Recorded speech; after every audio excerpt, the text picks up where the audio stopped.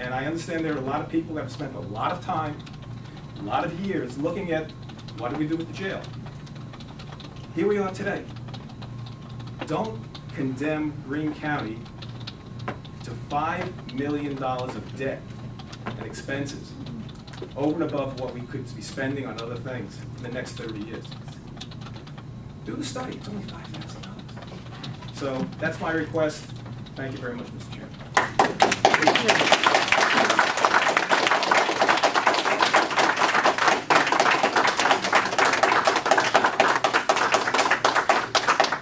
I know the question of taxes, the tax increase, the tax levy has come up a lot. The fact is that the taxes are going to go up with any of the three options we looked at. If we were to board them all out, there would be a tax increase. If we were to share with Columbia County, there would be a That's made up. No, That's not the right number. Simply made up. Wrong math. If we were to share a jail with Columbia County, there would be a tax increase. If we were to... You haven't done the study. How do you know that? You can't make a tax bill. If we were to build one, there would be a tax increase. Yeah. There's no way out of a tax increase for doing what we're constitutionally required to do. That's not true. That's not what we're reading. The Constitution is in writing. Right. But nobody. Where have you read it as it relates to this issue? Because what you're saying is not true. And unfortunately, I think the worst part of being involved in this situation is the fact that we as a board have done a horrendously embarrassing job putting out accurate information, doing as much research as we possibly can on this issue, and the public has no idea what's going on until, I don't know, a couple of months ago when I, on numerous occasions, had to say our own website is putting out factually incorrect information. We were supposed to have a public, I don't know, what was it called, some sort of a committee from the very beginning where the public was supposed to be a part of this. I asked you, Bill, numerous times about that and had a number of people who had requested to participate in that. The public is not aware. We have not done our homework. We consistently put out incorrect facts, and unfortunately, I'm sorry, Bill, but you have done that in some instances, and you're doing it right now this evening. That is not fair. We have an obligation to the taxpayers in this county for the next 30 years, and if you divide a big enough number, if you divide a huge number over enough people in enough years, you can make it sound small. What we're talking about here is $47.1 million plus interest, and whether or not there's a better way we can spend that money. And I'm just embarrassed to be part of this board, unfortunately.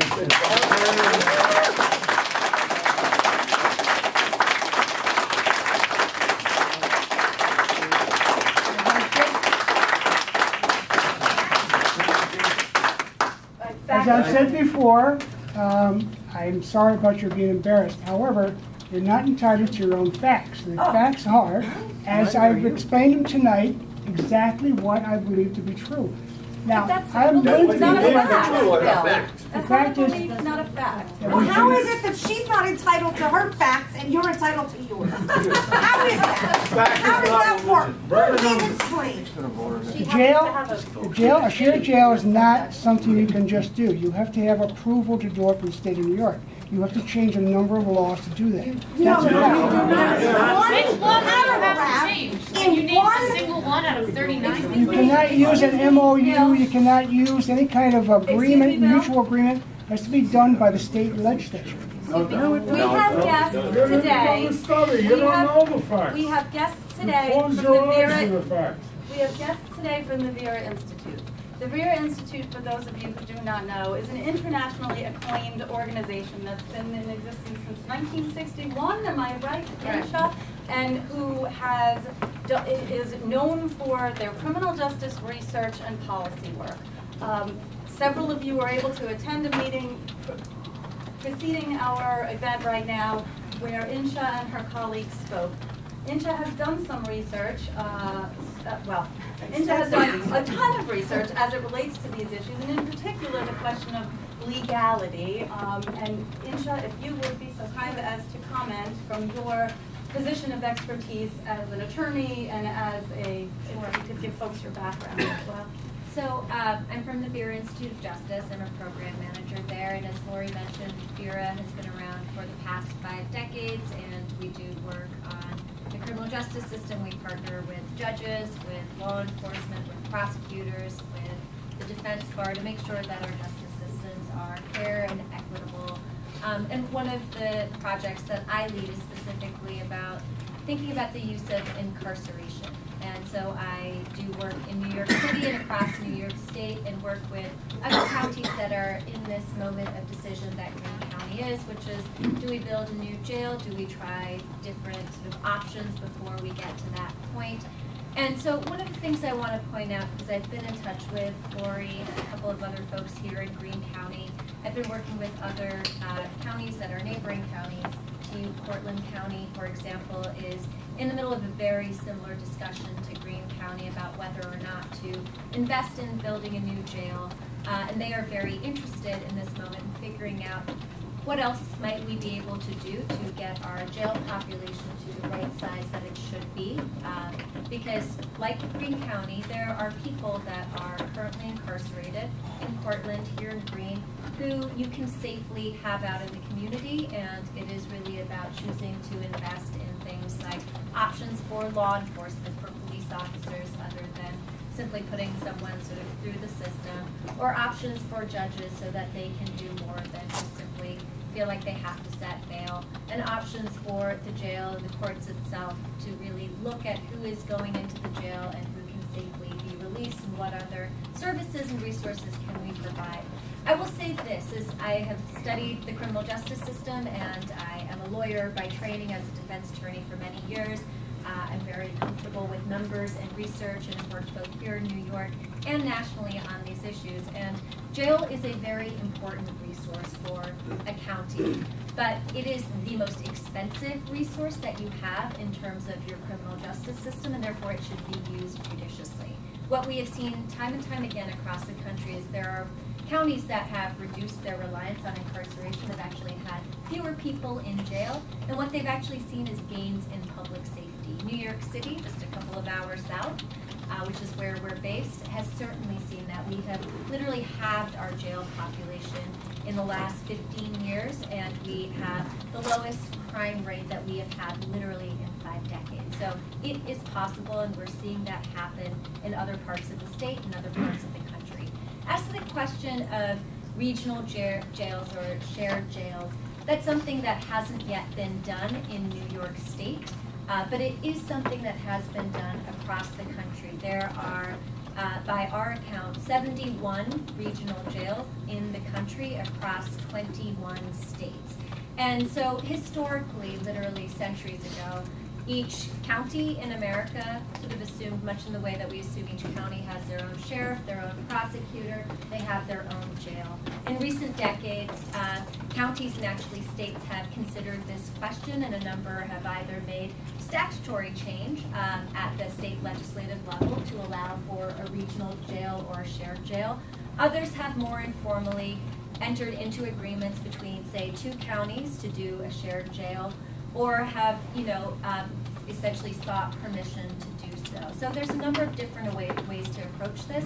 Here in New York State, by my reading of the statute, but I think, again, this question really begs more scrutiny, but by my reading, there's nothing that explicitly prohibits counties from entering into a shared jail. There is no requirement that each county has to have a jail. More important, sort of politically, at the moment that we're in, the State Commission of Corrections is under Governor Cuomo's jurisdiction. It's part of the executive branch. As I'm sure many of you in this room know, back in January, Governor Cuomo proposed a set of criminal justice reforms that are essentially moving towards having fewer people in jail. Bail reform was one of the issues he proposed, where essentially in his proposal there would be nobody charged with a misdemeanor offense alone in jail, and a lot fewer people charged with nonviolent felony offenses in jail. So That didn't pass this legislative session, but it is likely to pass some version of bail reform either in 2018 or 2020.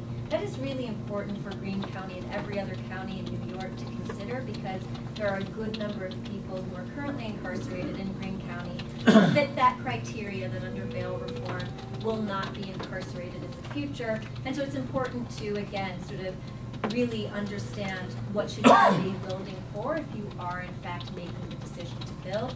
And there are political winds at this moment that are suggesting that there should in fact be fewer people in jail and more resources available for things like pretrial services and programs like release under supervision, programs like crisis intervention, management and resources, as well as programs for alternatives to incarceration and behavioral health, such as mental health and addiction and substance use treatment. So all of that, I think, is to say, one of my suggestions, as I said to some of the folks I spoke with earlier, is my understanding from Greene County is that the relationship with the State Commission of Corrections has been primarily managed through the Sheriff's Office. And I think it's important for the county and perhaps the county legislature to start up a more independent relationship and start anew on the question of, is there permission or authority to actually have a shared jail, if that is in fact the direction which you move. My understanding is that those conversations haven't been explicitly had with the State Commission of Corrections. And my sense is, given Governor Cuomo's political interest and stated interest in criminal justice reform and really moving towards a system where we use incarceration as the last resort and not sort of the default, I think there's probably likely some real support from the governor's office and the executive branch for this movement.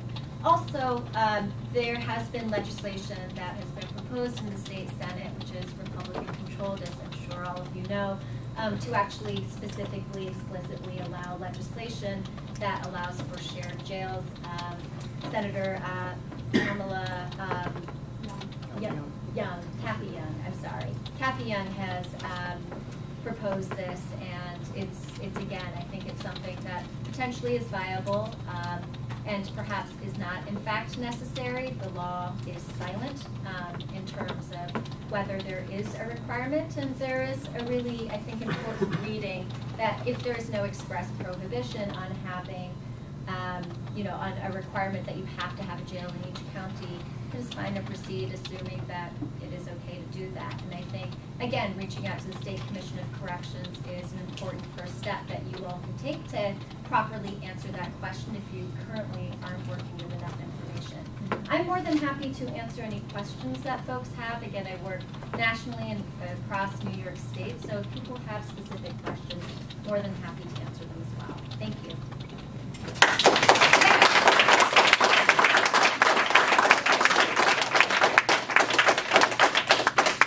Okay, the public safety members. Anything else you want to bring up? No other legislative members can speak. Oh, sure. No, go ahead. I just want to make sure there they're are going to be voting. a couple points here, two of which were actually written right in our architect's letter on the discussions to reduce the cost. There was comparison to Herkimer County. One is that they stated that their design is a much more efficient design for a lower cost. That's our own architect telling us that their design is more efficient, therefore a lower cost. And I want to know why we're not asking the architect or whoever gave the input to the architect on our design, why aren't we going with theirs? And two, 52 acres is not free because the architect said it's going to take $4 million to buy utilities. So that's a $4 million piece of property in Coxsackie. That's what it's going to cost us to have that property. Compared to Herkimer, which is in a site where there's probably utilities very close by. So that is an accurate comparison. It should be compared. It should be determined as to how we move forward with this. The secondary item, and I've asked repeatedly, is we have not been given the proposed operational costs of the new facility. I've done it over and over and asked, and I don't know how any of the 14 of us could vote for something like this without knowing what it's going to cost everybody.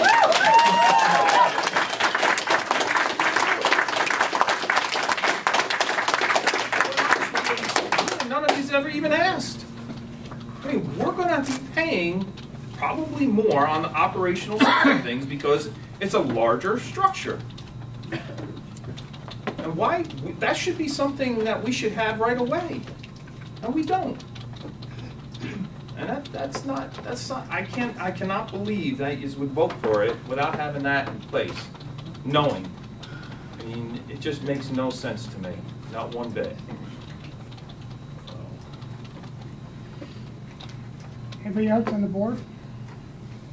Bill, I think we've done a pretty decent job here at trying to make a compromise from where we were 2.5 years ago. I think a lot of time has been put into this. There's probably alternative facts coming from both sides, and you have to piece the whole thing together and come up with the best option that comes out in the end. I think that to be able to reduce this to a $39 million bond from the original 52 is significant.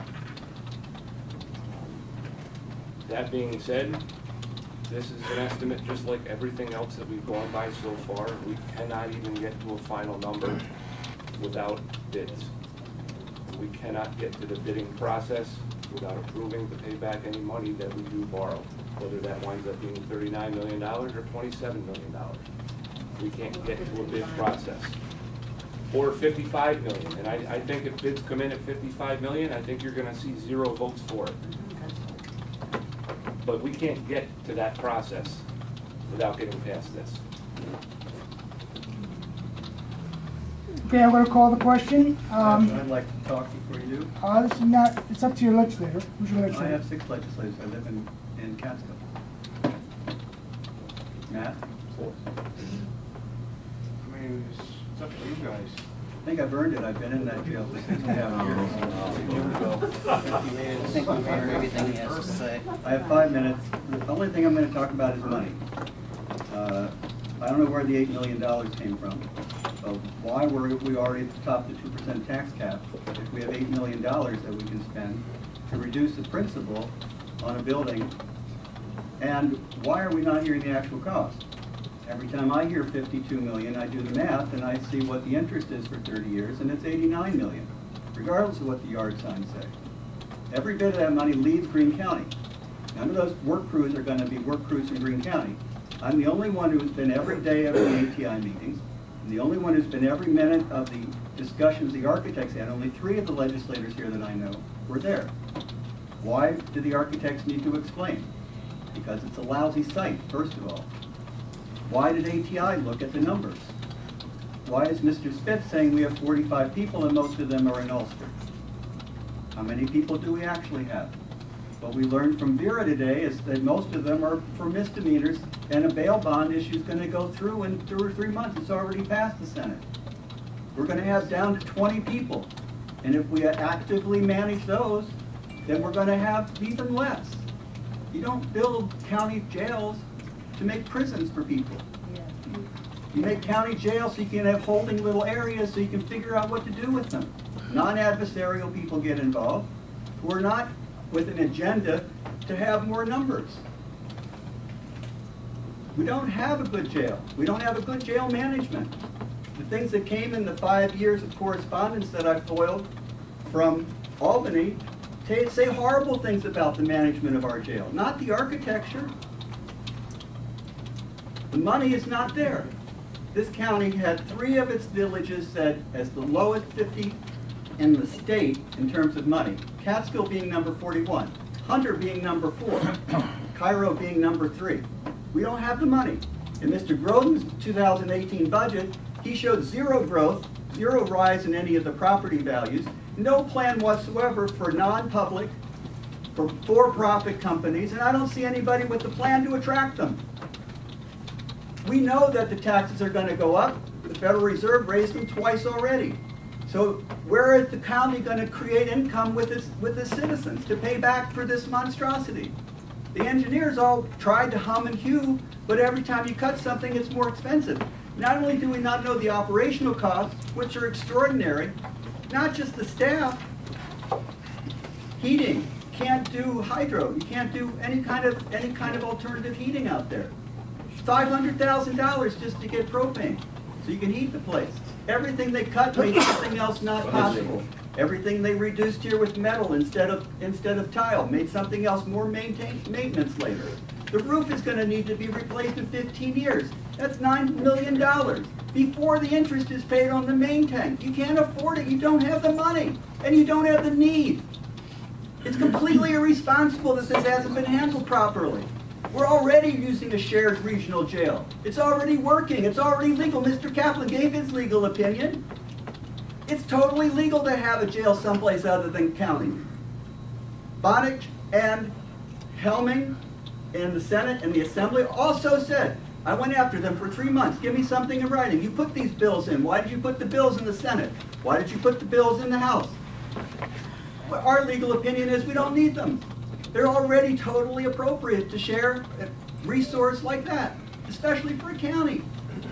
And we're already doing it. We don't have the money. You guys should all be working on better business projects, not working on human cages.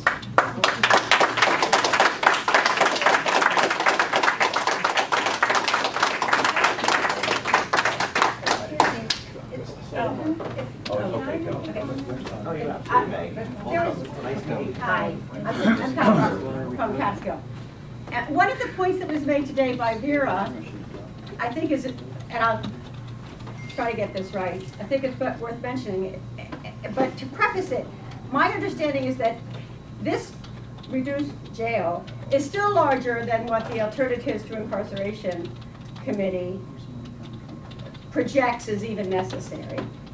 So, and they looked at evidence and facts, and all your decisions should be fact and evidence-based, not just based on what your constituents say. I want go ahead and build a jail. If your constituents are not basing their opinions on facts and evidence, then you should not give them what they want. You know, you have obligations to the whole body for the next 30 years. If this is a larger jail than we need, the point that was made this afternoon is that your operating costs are never going to be reduced. You're going to have to staff it as if it were full all the time. And that goes to one of Mr. Bulich's points. We're not just building something for job creation. We have a public interest to serve and public safety to serve. And you're not doing your job if you're not willing to be neutral, have a feasibility study. $5,000, $3,000, $5,000. $60,000. The feasibility study. $60,000 mostly will be reimbursed by the state. So, I mean, if it wasn't for the ATI committee and their diligence, we would be building a bigger monstrosity than is being proposed. And as someone said at the meeting today, we might be in a position of building the largest, most foolish jail ever built in the state of New York. Because no other county is going to make a mistake like this. Not after what we saw in Ulster just 10 years ago. And they're paying for it all the time. Because if they have to staff this prison bigger than they need, cost overruns, delays. You know there's going to be cost overruns and delays. So I just think, I really applaud everybody who's thinking hard about this, and for people who say, my constituents want it, you have to be evidence-based.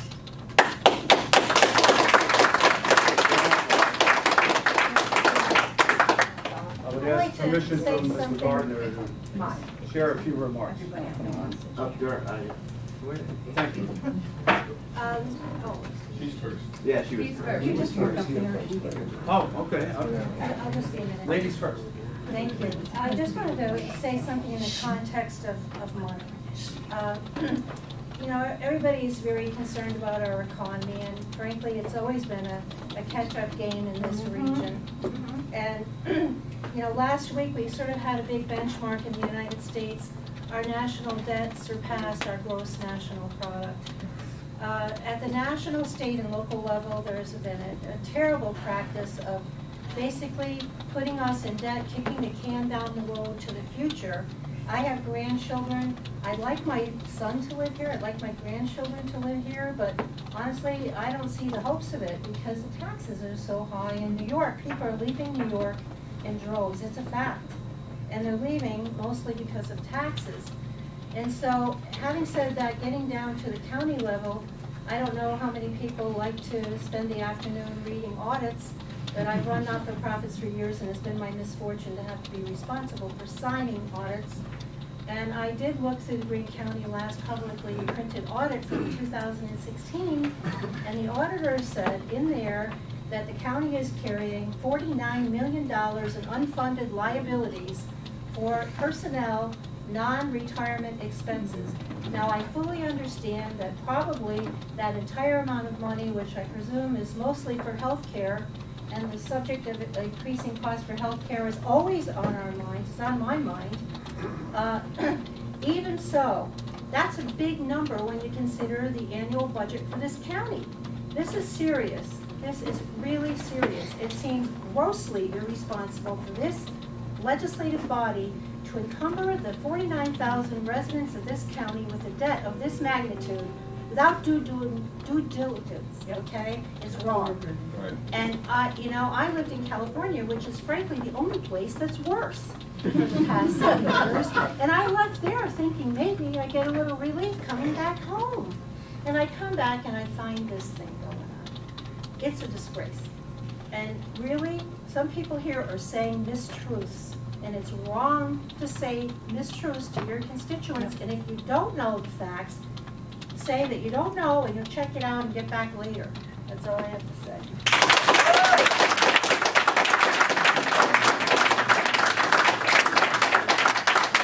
I come first to thank you and to Pat Winger, to Larry Gardner, and Lori Torgerson, who were the 4 members on this board who responded to my numerous emails over the last several months. And one of those emails deals with the issue that was just raised by the previous speaker, namely verifiable facts. I have heard all too often in this room and other rooms on this floor in this building and out in the public domain that it is illegal or not legal or it hasn't passed the legislature, it's not been authorized. So let me be plain, and I've sent this to all of you, not once, not twice, 3 times. 3 times. I hold in my hand a copy of the 1991 Attorney General's opinion relative to shared jails in the name of regional jails. Very simple. Here it is. I've sent you copies. It's all in your email. Okay?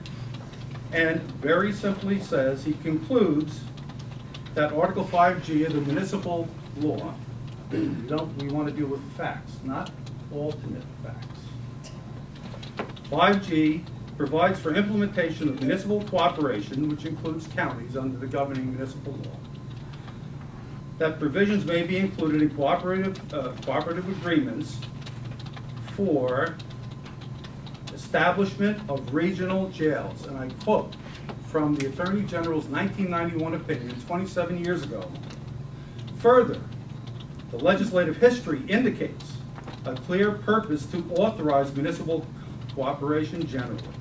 There is no indication, either in the provisions of the statute or in the legislative history, of a need for subsequent implementing legislation for specific purposes. On the other hand, on the contrary, there's an indication that approach was abandoned, namely specifically authorizing regional jails by statute. That was specifically abandoned with the veto of legislation in 1959 and the enactment of the laws of 1950, which included 5G. In other words, this piecemeal authorization. You can do this, but you couldn't do that. By the way, is there specific authorization for a shared feasibility study for solid waste between 3 counties? Thank you. Thank you. Or is that under 5G? I suspect it's under 5G, just like a regional jail. It couldn't be more plain. The other issue that was raised as to legality had to do with the State Commission of Corrections. This is a 2008 document from the State Commission of Corrections. Seems to me I've heard that mentioned before too. State Commission of Corrections takes the position that the SJO, mentioned by the sheriff over here, is a temporary fix for overcrowding. Okay? However, it maintains that the way a county could continuously transfer its prisoners to another county's facility is through the establishment of a regional jail, quote unquote. A regional jail is operated jointly by one or more counties, which the Attorney General in 2008 opined is authorized by Article 5G of the General Municipal Law. So let's get away from the fantasy that it is illegal or requires some resolution by New York City, by Albany, by the town of Hunter, or anybody else. It's already authorized, number one. Number two, I heard a comment earlier, facts, that this $39 million bond, and you know what, there is a value in reducing a bill from 52 to 39. But the $39 million bond, if you go online to any amortization table, any one, any amortization table, and plug in 39 million, multiply it times your interest rate that you have used consistently, 3.5% over 30 years, it comes to $2 million a year.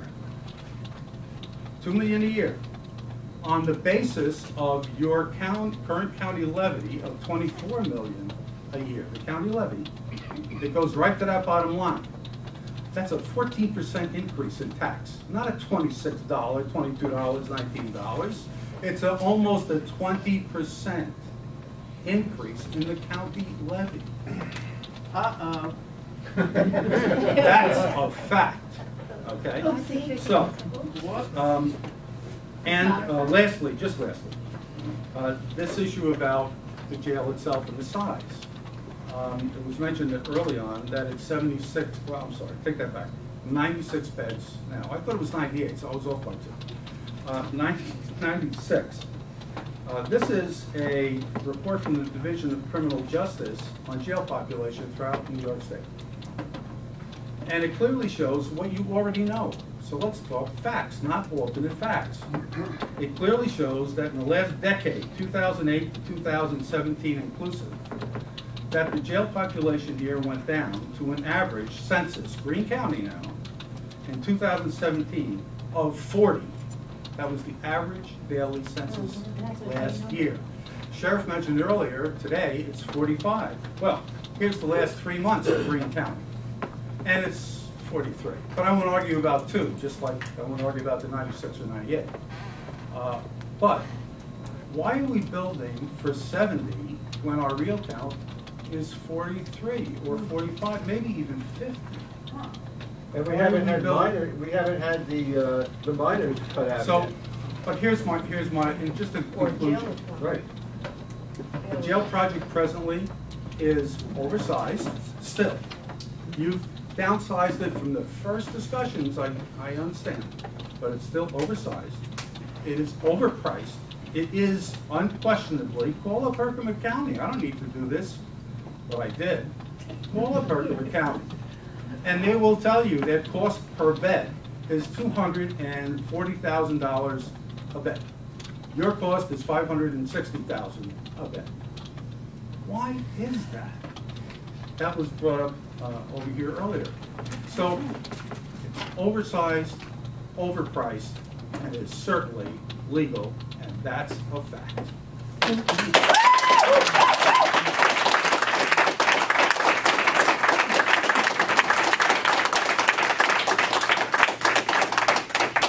Can I ask a question of Robert? Robert? Yeah, please. you talked about the legality of a regional jail. Do you assume that's the same as a shared jail? Yeah. No, a shared, the answer is yes. It's a distinction in terms. Let me make another slight distinction. When we rent space in a jail, we're tenants. They're the landlord. The landlord calls the shots. We just roll with the punches. A shared jail is a shared jail. That is to say, it's commonly administered, commonly staffed, common rules, common correctional policy, and common operation. It's a joint regional jail. The statute refers to, and I can give you the Attorney General's opinion. It's in your email, I got it, sir. I read it.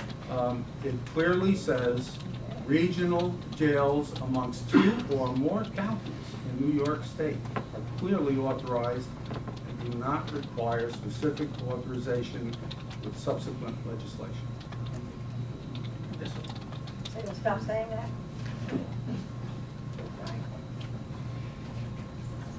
My name is Ann Donovan, and I must say I am so hugely disappointed that the Greene County Legislature cannot address me as a taxpayer with evidence-based alternatives.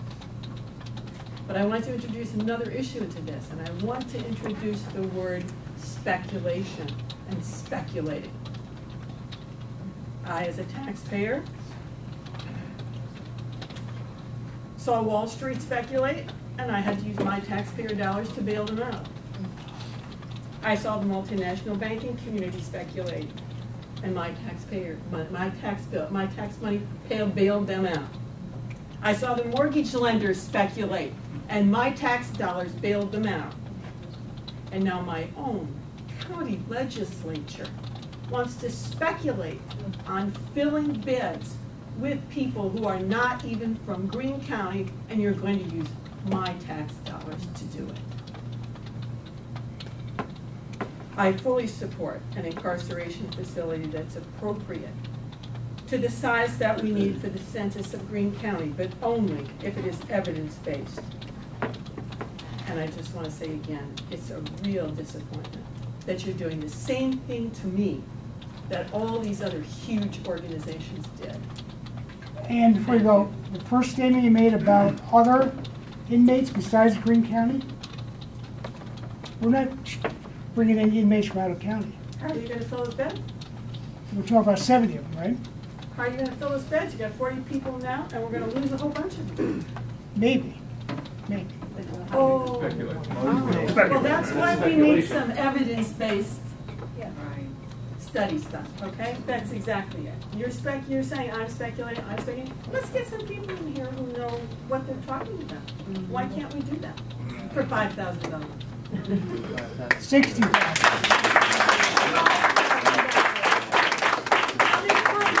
$60,000 when it is really $5,000 to Greene County. Just let me correct you, because the cost of the study, which was disproved, To us. is $60,000. To us. $60,000 shared between Columbia and Greene, $30,000 each. And? With the assumption, maybe, that the State Department of State would fund up to $50,000 worth of that. I have my doubts about that. I know you don't believe anything I say, but I have my doubts because that feasibility study would have to be part of a larger project. Which before they would fund it. So the email from the person who heads the program that I share with everyone that very clearly says that his expectation is that yes, in fact, that was the full extent of the email when I asked, is it your assumption that we are very likely to receive this $50,000 reimbursement? And his email was yes. So is this an absolute? It is not. Is this very, very, very likely and enough to hang our hats on that the net cost will be $5,000? I think we all know that yes, that is the answer. And frankly, even if it's $30,000, it's still worth it.